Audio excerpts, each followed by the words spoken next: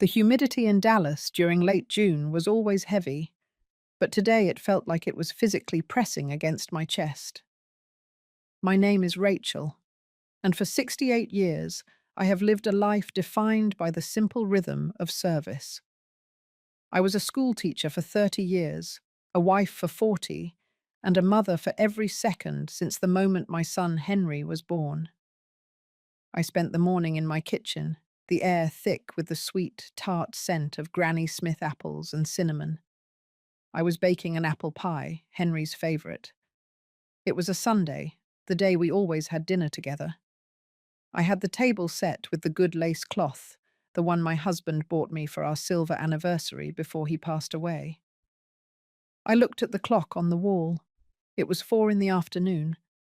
Henry usually called by 3 to tell me he was on his way from his house in Highland Park. The silence in the house was the first thing that started to feel heavy. I checked my phone for the 10th time. No missed calls, no messages.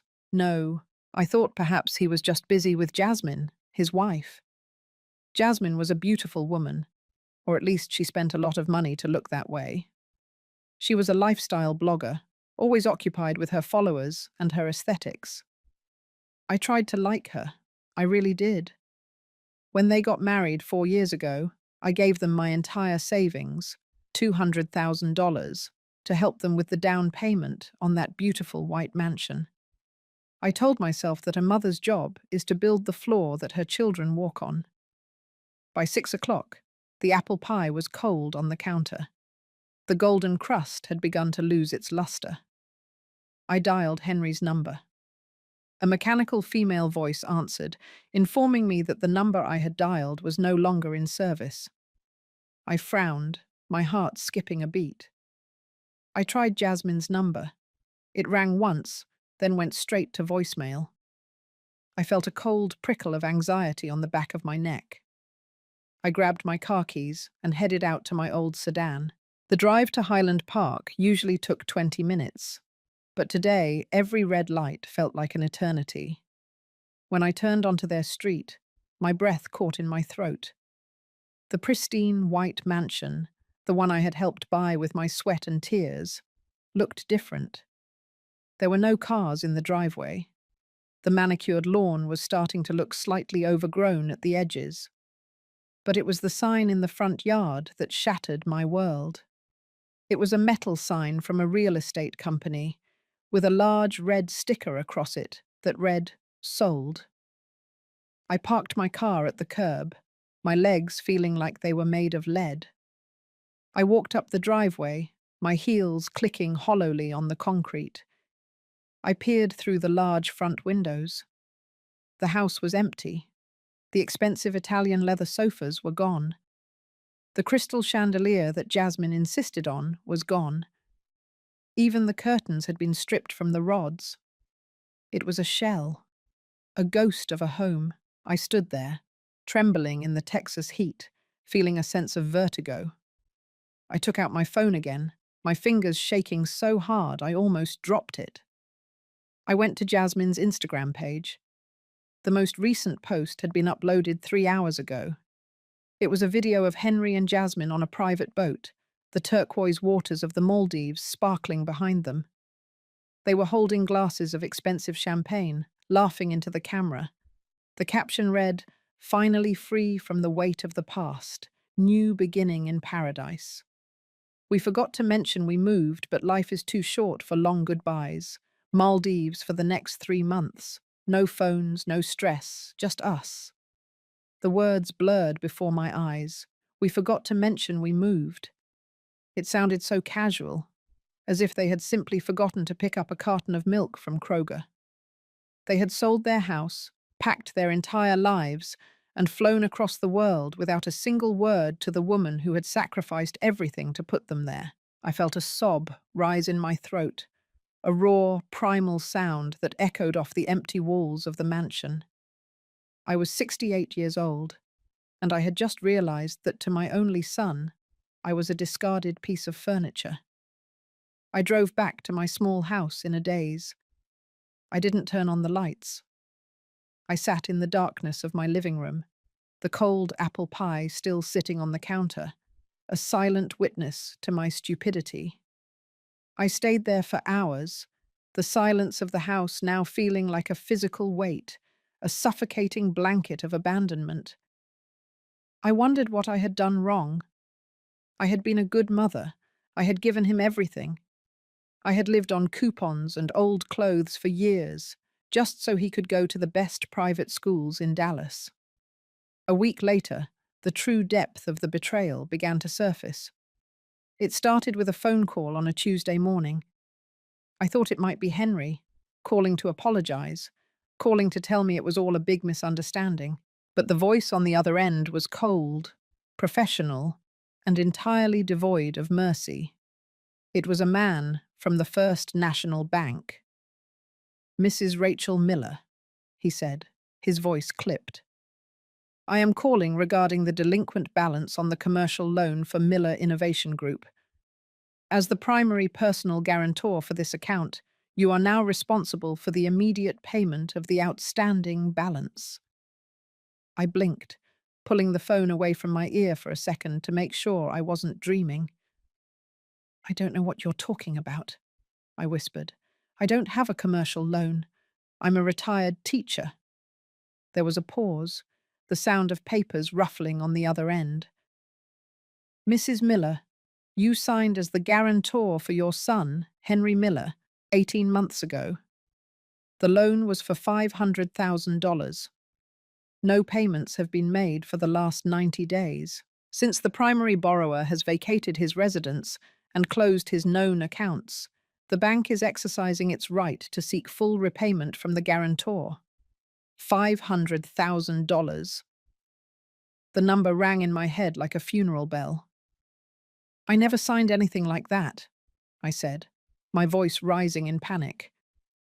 "I helped him with his house, but I never signed for a business loan." The man's tone became even colder. "We have the notarized documents here, Mrs. Miller. Your signature, your social security number, and a copy of your Texas driver's license are all on file. If the balance of $500,000 is not settled within 30 days, we will begin the process of seizing your assets, including your primary residence." I hung up the phone, my heart hammering against my ribs like a trapped bird. My house. My small, humble house that I had lived in for 40 years. It was all I had left.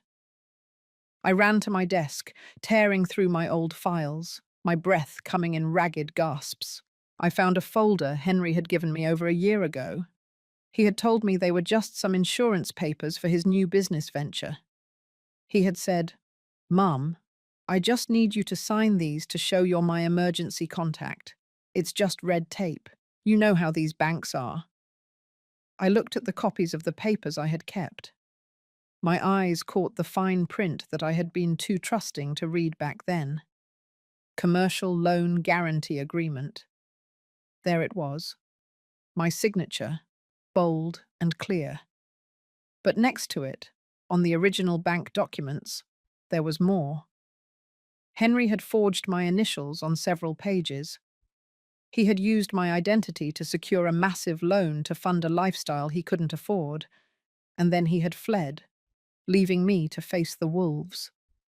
But the bank was only the beginning. 2 days later, there was a heavy knock on my front door. It wasn't the polite knock of a neighbor. It was a loud, rhythmic thud that made the wooden frame rattle. I went to the door, my hands trembling.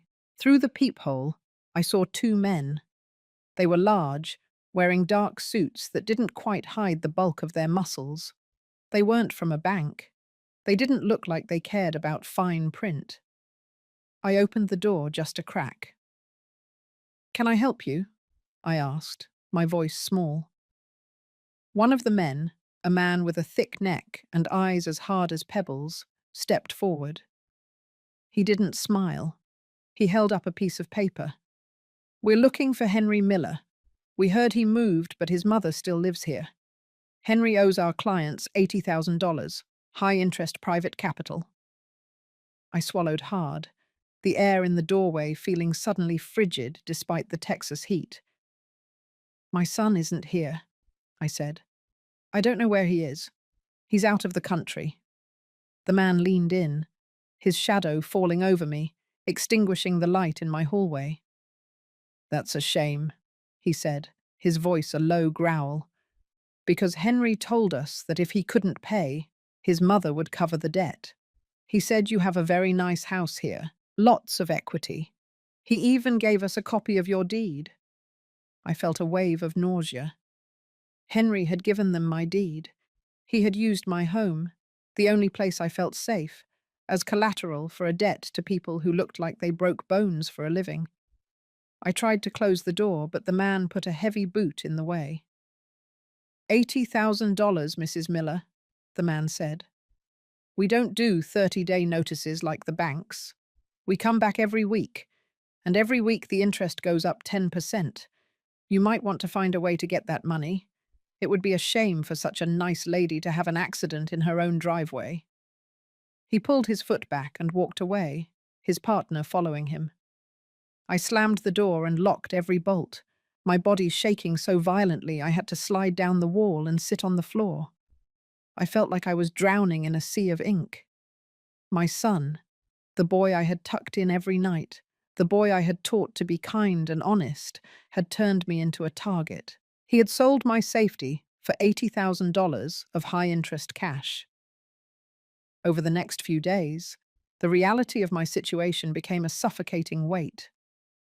I was 68 years old, living on a fixed pension that barely covered my groceries and utilities. I had no way to pay $500,000 to the bank, let alone $80,000 to the monsters who were now stalking my home. I tried to go to the police, but the officer at the desk looked at the papers and sighed. "Mrs. Miller," he said, his voice pitying but helpless. "You signed these papers. It's a civil matter. As for the men at your door, unless they actually assault you or damage your property, there's not much we can do. You can file for a restraining order, but if they're private debt collectors, they'll just send someone else. You should probably talk to a lawyer." A lawyer? I didn't have money for a lawyer. I didn't have money for anything. My bank account had been frozen by the First National Bank as part of their recovery process. I had $42 in my purse and a cold apple pie in the fridge. That was the sum total of my life after 40 years of work. I walked through my house, touching the things I loved. The old oak table where Henry did his homework. The height marks on the pantry door where I measured him every year on his birthday. The photos of him as a toddler, smiling with his first bicycle. Every memory now felt like a drop of acid on my skin.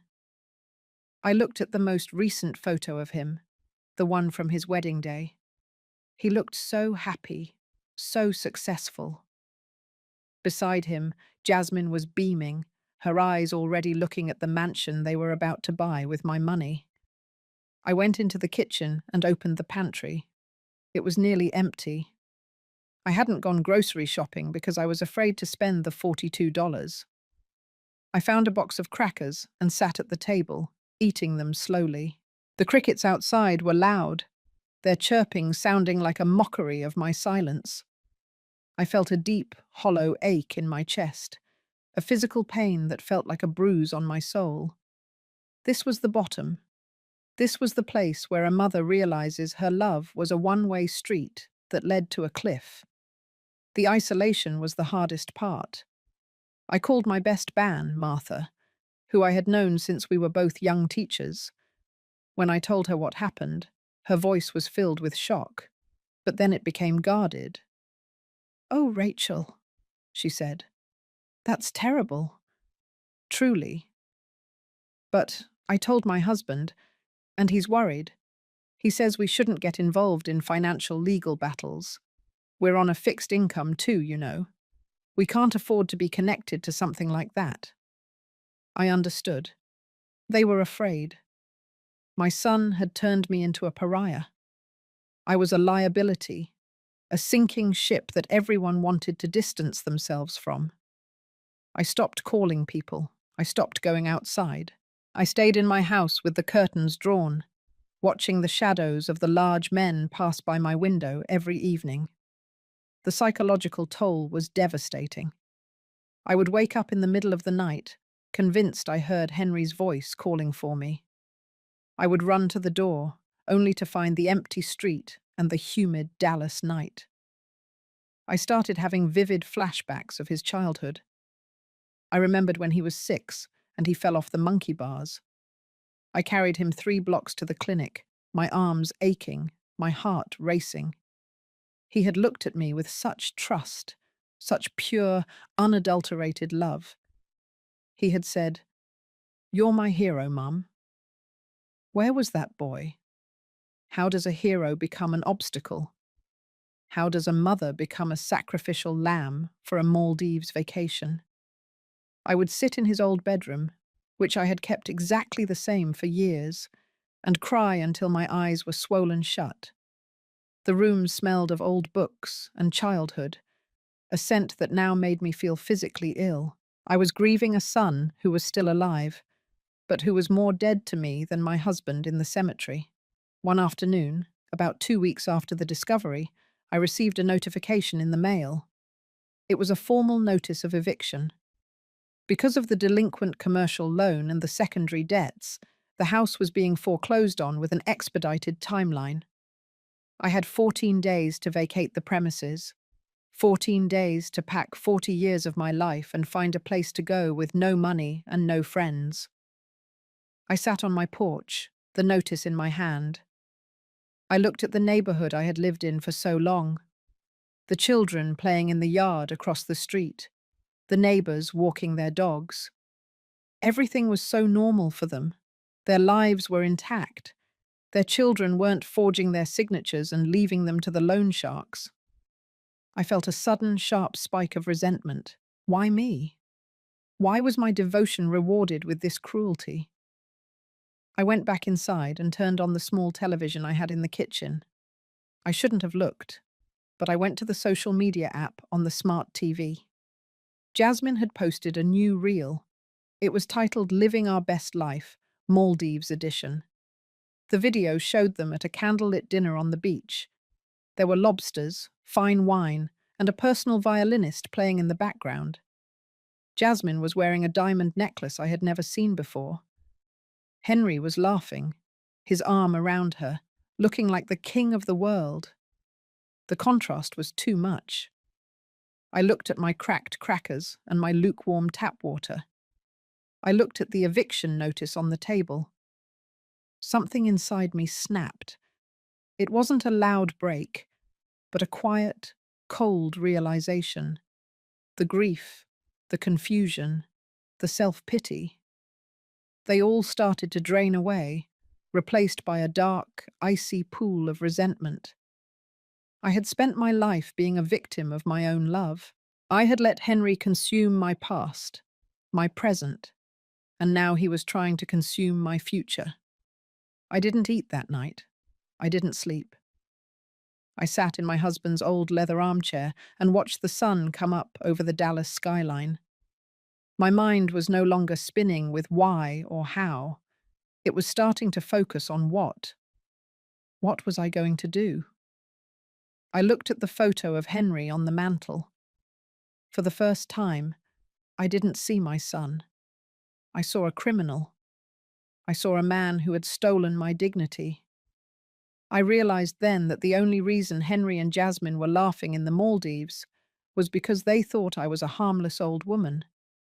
They thought I would just fade away, that I would move into some government-subsidized housing and die quietly of a broken heart, leaving them to enjoy their stolen luxury. They counted on my maternal instinct to protect him, even as he destroyed me. They counted on my silence. I stood up, my joints aching, my body weak from hunger, but my eyes were clear. I went to the bathroom and splashed cold water on my face. I looked at myself in the mirror. I looked old, yes. I looked tired. But there was a flicker of something in my eyes that hadn't been there for a long time. It was the look of someone who had nothing left to lose. And in the United States of America, a person with nothing left to lose and the truth on their side is a very dangerous thing. I went to my closet and pulled out a small, dusty box from the top shelf. It contained the few things Henry hadn't found: my husband's old gold watch, a few pieces of jewelry from my mother, and a business card that was nearly 20 years old. The card was faded, the corners curled, but the name was still legible: Mr. Sterling. He had been my husband's lawyer and a close friend. They had served in the military together. I hadn't seen him since the funeral, but I remembered what he had told me then. "Rachel, if you ever find yourself in a corner, you call me. Don't let your pride get in the way." I picked up the phone. My hand was steady now. I had 14 days before I was homeless. I had 8 days before the loan sharks came back with more than threats. And I had a lifetime of unspent maternal fury that was starting to boil into a cold, calculated rage. I dialed the number, praying that the man who represented the law and loyalty was still out there. Part one of this nightmare was over. I had been betrayed, humiliated, and discarded. I was at the very bottom of the U-curve. The house was dark. The power had been cut off that afternoon because I couldn't pay the bill, and the silence was absolute. But as I sat there in the Dallas heat, waiting for the phone to ring on the other end, I wasn't crying anymore. I was beginning to think like a predator. Henry had forgotten one thing about his mother. I was the one who taught him how to survive. And now, I was going to show him how a real expert does it. The phone rang once, twice, 3 times. Each ring felt like a heartbeat.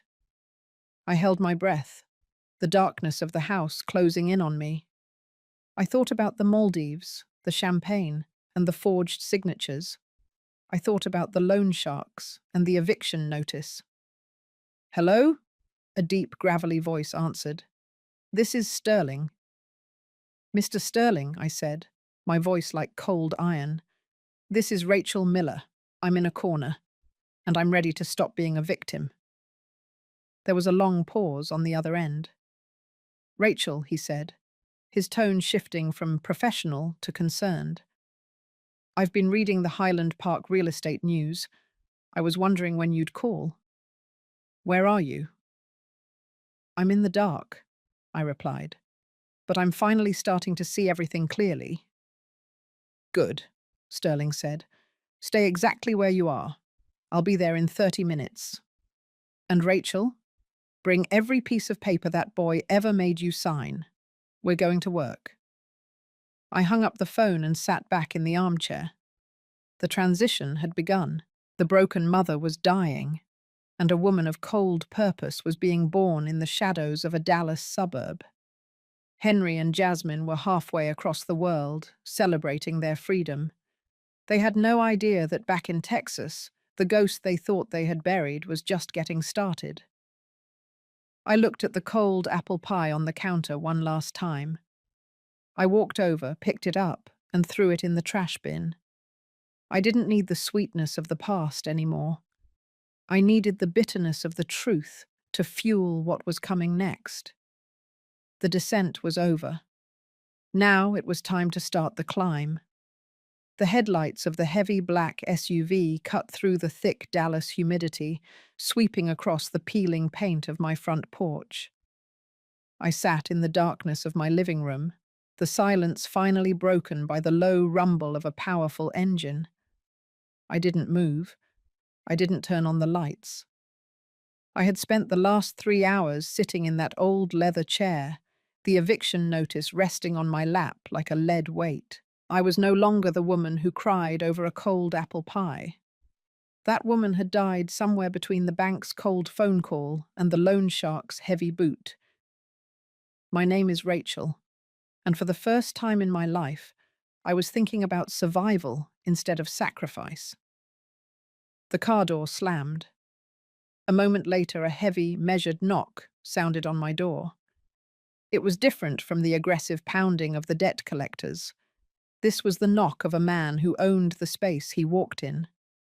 I stood up, my knees stiff, and walked to the door. I pulled it open. Mr. Sterling stood there, his tall frame silhouetted against the streetlights. He was 70 years old, but he carried himself with the rigid discipline of the Marine he once was. He looked at the dark house, then at the suitcase by the door, and then finally at me. He didn't offer a hug or a platitude. He didn't say he was sorry for my loss. He looked at my face, searching for the traces of the broken woman he had seen at my husband's funeral. He found something else instead. "Rachel," he said, his voice as deep and steady as a mountain. "You look like you're ready to start a war." I stepped aside to let him in. "I don't have power," I said, my voice surprisingly clear. "They cut it off 4 hours ago." Sterling pulled a heavy flashlight from his pocket, the bright beam illuminating the stack of documents I had gathered on the oak table. "I didn't come here to talk about the electricity, Rachel. I came here because I owe your husband a debt that hasn't been paid." He sat down at the table, his presence filling the small kitchen. He didn't ask for water. He simply picked up the first document, the one Henry had made me sign by telling me it was for insurance. I watched him read. His eyes moved with professional speed, scanning the legality and the loopholes. I sat across from him, my hands folded on the table. I had spent 40 years being a mother, but in this moment, I was a client. I reached into my pocket and pulled out a small velvet box. I pushed it across the table toward him. Sterling didn't open it. "What is this, Rachel?" "It's my retainer," I said. "It's a 5-carat diamond ring. It was my mother's. It's worth at least $20,000 on the open market." "I know your hourly rate, Arthur. I'm not asking for a favor. I'm asking for a contract. I need you to find every crack in the floor Henry and Jasmine are standing on. I need to know where the money came from, where it went, and how they think they can hide it from the federal government." Sterling finally picked up the box. He didn't open it. He just looked at me. "You realize that once we start this, there is no going back. He is your only child, Rachel. The law in this country is a meat grinder. It doesn't care about bloodlines once the ink is dry on a fraud charge." I looked at the empty space on the wall where Henry's graduation photo used to hang. "He stopped being my son when he used my deed as a bargaining chip for a loan shark," I replied. "He stopped being my son when he laughed in the Maldives while I was waiting for the power to be cut. I'm not his mother anymore, Arthur. I'm his creditor, and I want what is mine." Sterling nodded once. He put the box in his pocket. "Put your suitcase in the car," he said. "You can't stay here. The loan sharks know this address, and the bank will have a lock on that door by tomorrow afternoon. I have a secure apartment in downtown Dallas. It's owned by one of my holding companies. No one can track you there. We start the audit at 8 tomorrow morning." I didn't look back as I walked out of my home for the last time. I didn't look at the flower beds I had tended for decades, or the porch where Henry learned to ride his bicycle. I climbed into the SUV and stared straight ahead. The pragmatism had settled over me like a cold armor. I wasn't Rachel the teacher anymore.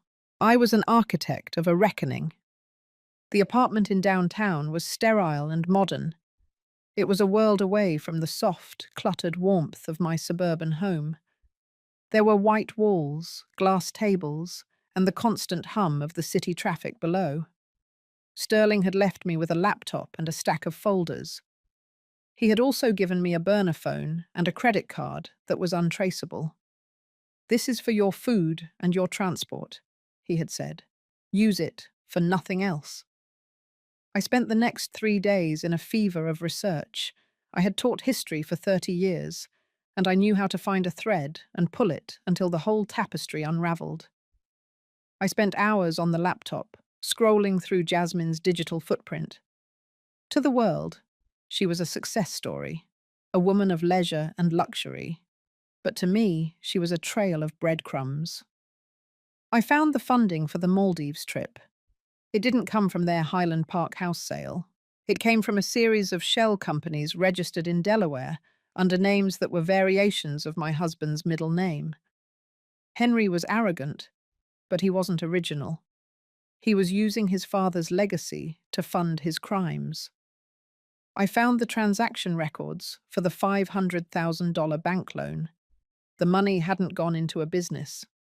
It had been funneled through a cryptocurrency exchange into an offshore account in the Cayman Islands. The more I found, the colder I became.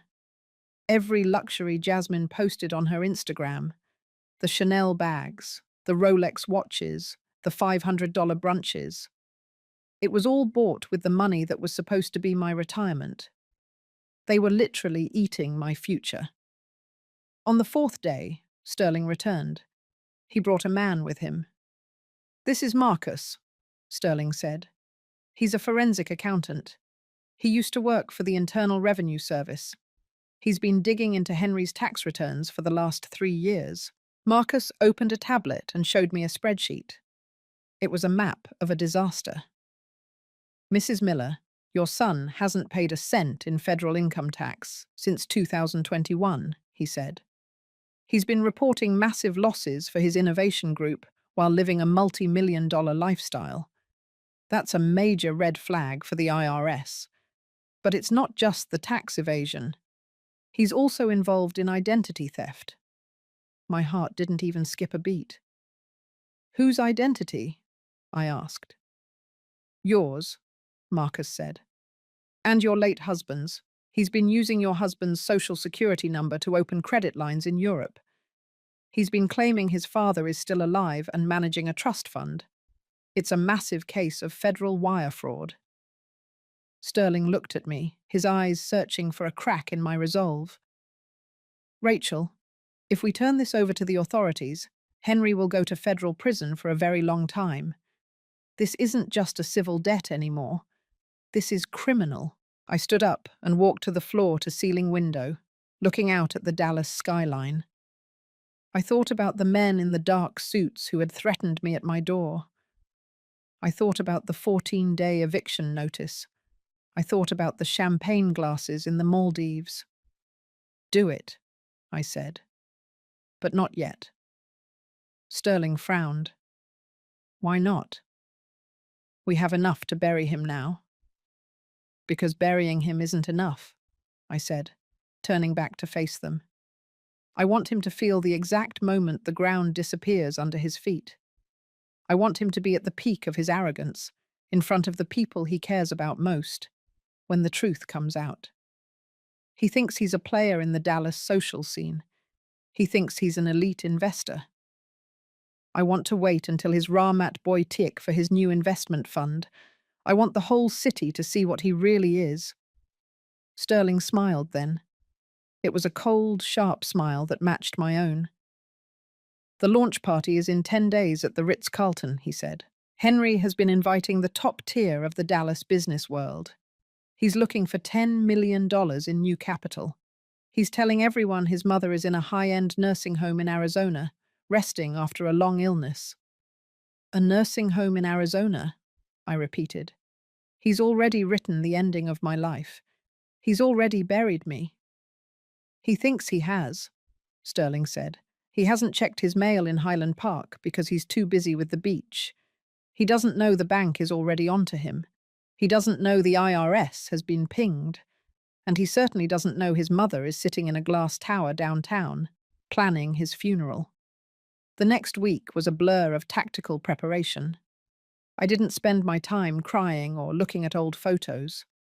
I spent my time in a gym Sterling had access to. I needed to move with grace. I needed to look like a woman who had never known a day of poverty. I bought a new dress, a deep, midnight blue silk that cost more than I used to earn in 2 months. I paid for it with the money Sterling had recovered from one of Henry's smaller accounts. It was my money, after all. I went to a top-tier stylist. I had my hair cut into a sharp, sophisticated bob. I had my nails done. I had my skin treated. Every time the needle of the esthetician touched my skin, I thought about the loan shark's boot. Every time I felt the cold water of the swimming Mao, I thought about the Maldives. I was shedding the skin of the victim. I was becoming a weapon. I also spent hours with Mr. Sterling, practicing my delivery. We went over every detail of the legal packet we were preparing. We had the original forged documents. We had the forensic report from Marcus. We had the transaction records from the Cayman Islands. We even had a recording of the loan sharks threatening me at my door. A recording I had captured on my phone before the power was cut. Sterling was impressed. "You have a mind for strategy, Rachel," he said during one of our late-night sessions. "You should have been a lawyer." "I was a teacher, Arthur," I replied. "I spent 30 years managing a classroom of 30 teenagers. Dealing with Henry isn't that much different. You just have to know which student is the bully and how to take away their power." As the day of the party approached, a new level of pragmatism took hold of me. I realized that I wasn't doing this for revenge. Revenge is emotional. Revenge is hot. What I was doing was an audit. I was balancing the scales.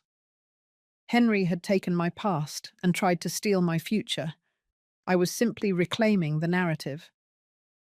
I checked Jasmine's Instagram one last time. They were back in Dallas, staying at a high-end penthouse while they waited for the launch party. She had posted a photo of the invitation. It was embossed in gold. The Miller Global Fund, a new era of innovation. The caption said, "So proud of my husband for his vision and his drive. We've worked so hard for this. Can't wait to see everyone at the Ritz." I looked at Henry in the photo. He was wearing a custom tuxedo, looking polished and confident. He looked like the man I had raised, but the eyes were different. They were the eyes of a predator who had forgotten that there are bigger things in the jungle. Sterling arrived at the apartment on the evening of the party. He was wearing his best tuxedo. He looked like a statesman. He handed me a small, elegant evening bag. Inside was the midnight blue silk dress and the legal packet, compressed into a slim silver flash drive. "Are you ready, Rachel?" he asked. I took a deep breath. I felt a strange sense of calm. The fear was gone. The resentment was gone. There was only a cold, focused intent. "I am," I said. "Let's go to the Ritz." The drive to the hotel was quiet. The Dallas skyline was glittering with 1,000 lights, each one a symbol of the wealth Henry so desperately craved. We arrived at the Ritz-Carlton at 8 o'clock. The valet opened the door, and I stepped out onto the red carpet. I didn't feel like a 68-year-old widow. I felt like a force of nature. Sterling offered me his arm. We walked into the grand ballroom. The air was filled with the scent of expensive perfume, the clinking of crystal, and the murmur of the Dallas elite. I saw them immediately. Henry and Jasmine were standing in the center of the room, surrounded by a circle of investors. Henry was holding a glass of champagne, his face animated as he told a story about his time in the Maldives. Jasmine was beside him, her dress a glittering silver that reflected the light of the chandeliers. She looked like a star.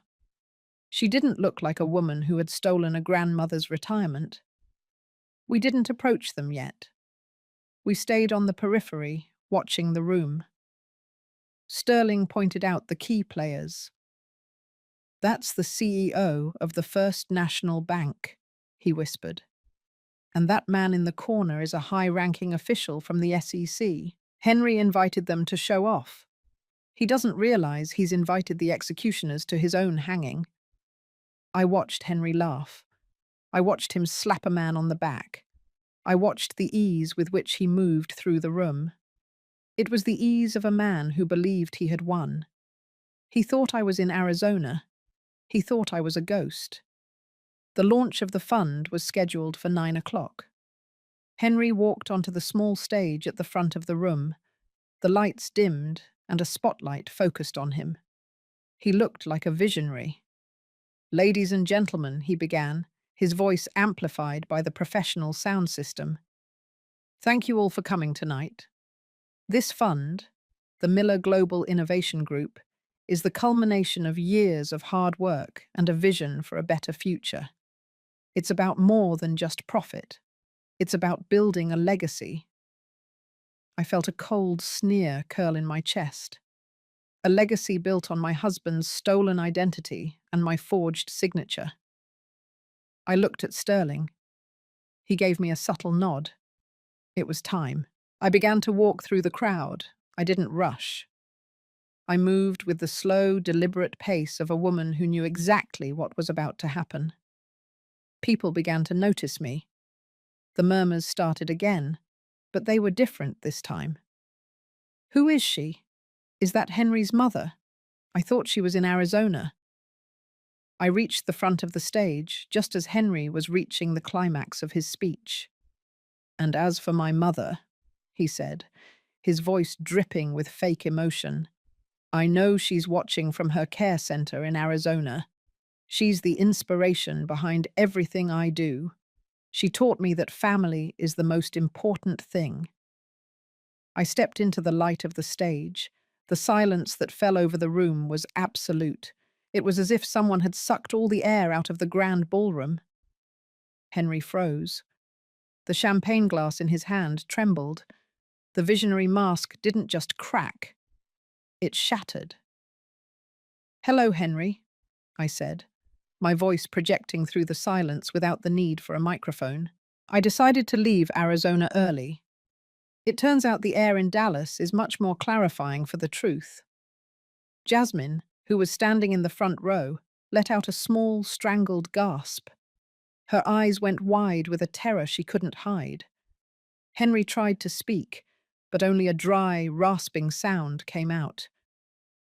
"Mom," he managed to whisper, "what are you doing here?" "I'm here to audit your legacy, Henry," I said. "I'm here to talk about the fund. And I think these gentlemen would like to hear the details as much as I would." I looked back at Sterling. He stepped forward, the slim silver flash drive in his hand. He didn't look like a friend. He looked like a judge. The descent was over. The climb was done. We were at the peak of the U-curve now. And from this height, the view of Henry's world was about to become very, very dark.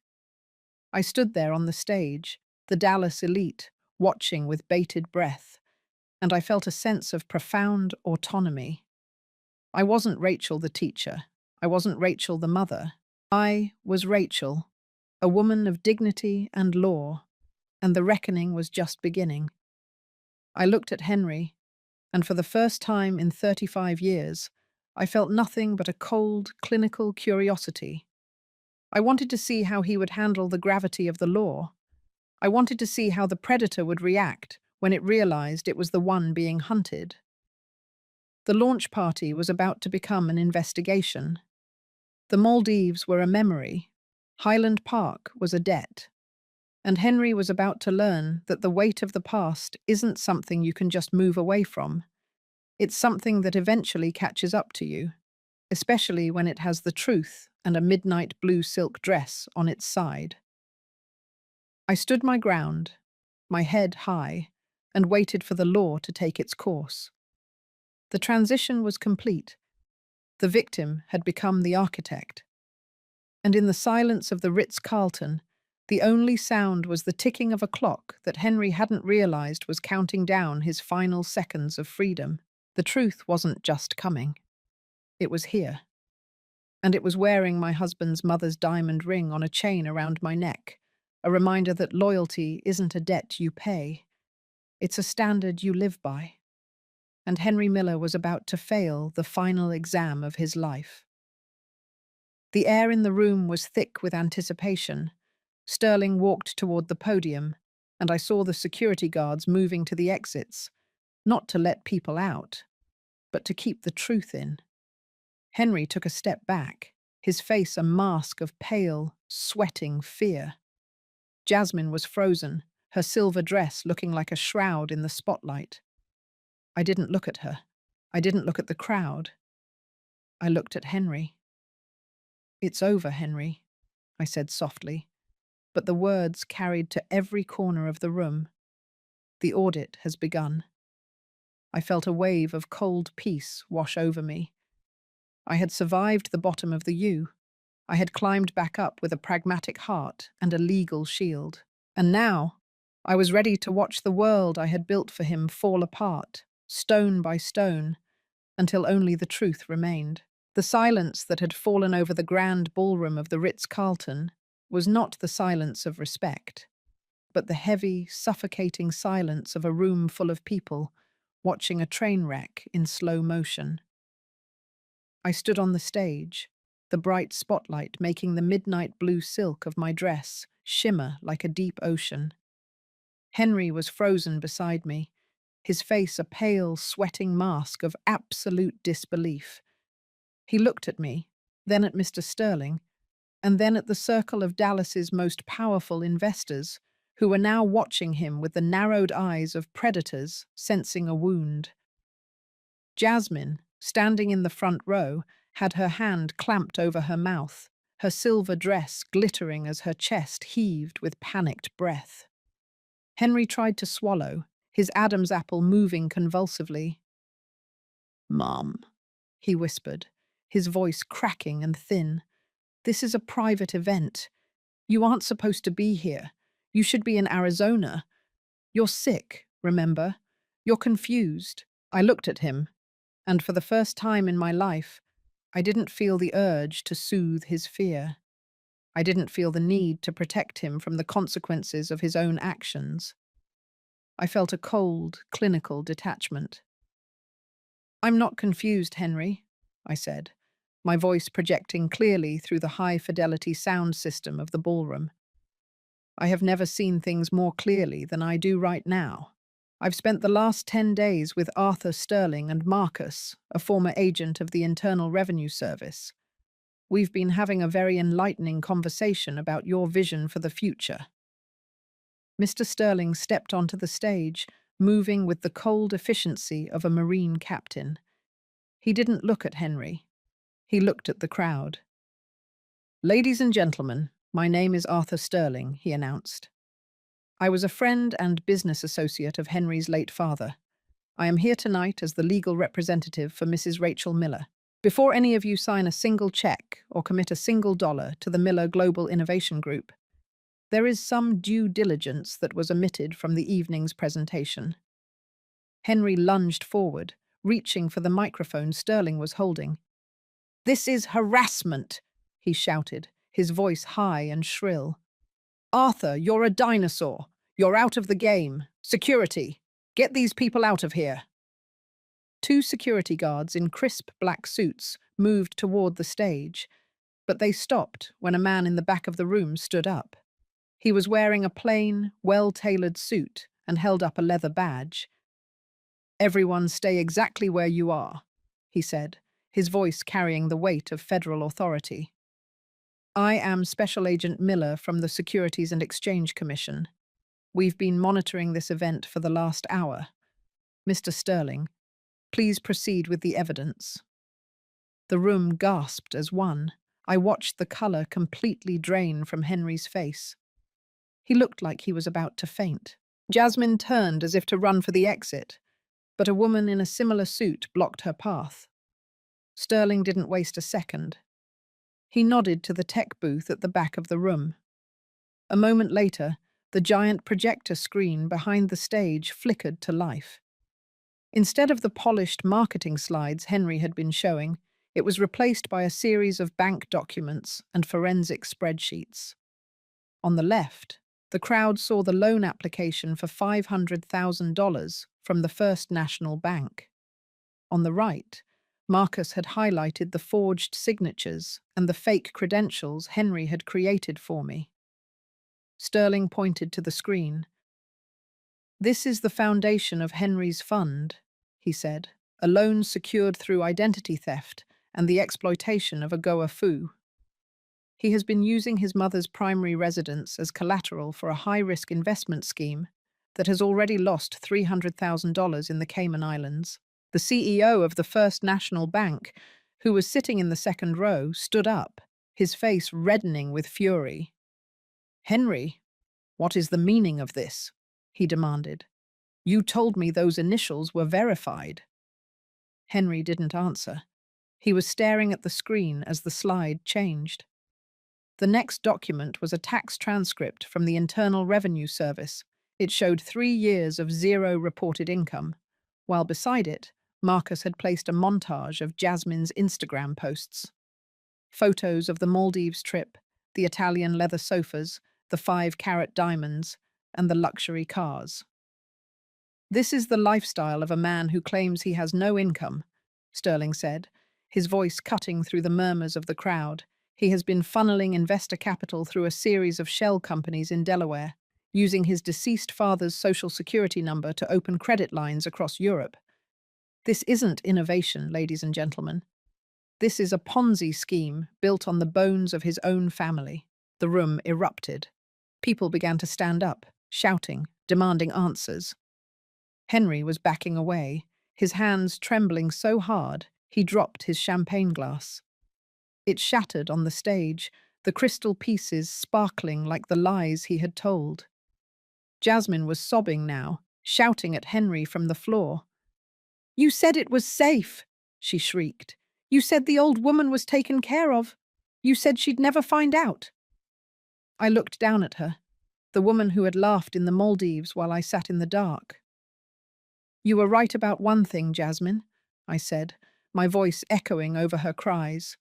"Life is too short for long goodbyes, but it's just long enough for the law to catch up." Henry turned to me, his eyes filled with a desperate, animalistic terror. "Mom, please," he begged, reaching for my hand. "You can't do this. I'm your son. We can fix this. I'll pay it all back. Just tell them it was a mistake. Tell them you gave me permission." I pulled my hand away, the midnight blue silk of my sleeve feeling like a barrier of cold ice. "I gave you my life, Henry," I said softly, so only he could hear. "I gave you my savings, my husband's legacy, and 35 years of devotion. And you used that love to put a loan shark at my door and an eviction notice on my lap. You didn't just steal my money. You tried to erase my existence." A special agent stepped onto the stage, followed by 2 Dallas police officers.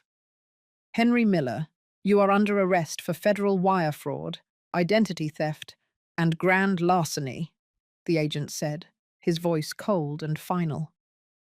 The sound of the handcuffs clicking shut was the most beautiful sound I had heard in weeks.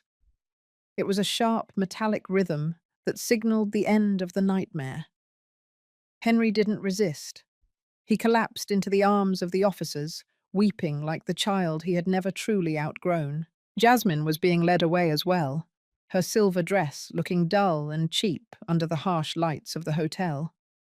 As they were being led through the crowd, Henry looked back at me. I expected to see remorse. I expected to see the son I loved. But all I saw was a hollow, empty man who had lost his audience. He looked at me with the same cold, calculating eyes he had used for his marketing slides. "You're going to die alone, Rachel," he spat, the venom returning to his voice even as the officers pulled him toward the door. "You're 68 years old, and you have nothing left." I stood my ground, my head high, my midnight blue dress making me look like a queen in the ruins of a kingdom. "I'm not alone, Henry," I replied.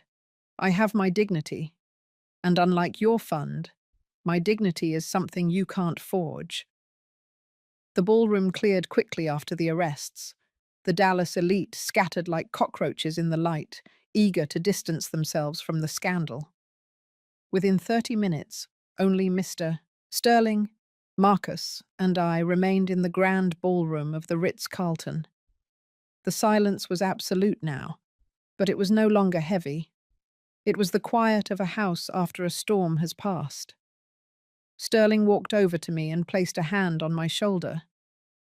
"We have a lot of work to do, Rachel," he said.